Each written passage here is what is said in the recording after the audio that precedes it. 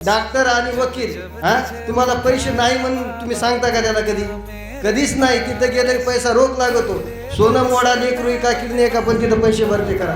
तुम्हाला इथे एक तरी रुपया लागला का तुम्हाला बाबा आडून घ्यायला? नाही. मग तरी पण लोक काय म्हणते इथून बाहेर गेले. पहिले चांगलं होतं, 11 रुपये पावती होते. आता एवढं लुटमार चालू आहे का? 2-2 हजार रुपये घेते. अरे 2 हजार रुपये घेतात पण करतात का? तुम्ही एवढं बघा ना. आज 20 गुंठ्याचं बांधकाम, तिकडे ती राहायची सोय, तिकडे टॉयलेट बाथरूम. आज तुम्ही गावात जर गेले, कुठं बस स्टँडला जर गेले, सरकारी सगळं आहे, सरकारी बांधलेलं आहे. टॉयलेटला गेले तर 1000 रुपये घेते. मग तुम्ही एवढी फुकट सुविधा असून लोक तरी पण म्हणले मला पहिले लय सोपं होतो, आता 2-2 हजार रुपये घेतात. त्याच्यानंतर इथं बसलो, बाबांनी सांगितलं इथं ते 1 रुपया लागत नाही. मग म्हणलं पैसे लागतात कशाला? म्हणले का लोकांच्या अडचणी असतील त्याला पैसे लागत असतील. आता बाबांनी एवढी प्रक्रिया 2 घंट्याची केली. आता तुम्ही सत्य सांगा सगळेजण, कोणाला तरी 2 घंट्यामध्ये मला असं उठावून असं वाटलं का कोणाला?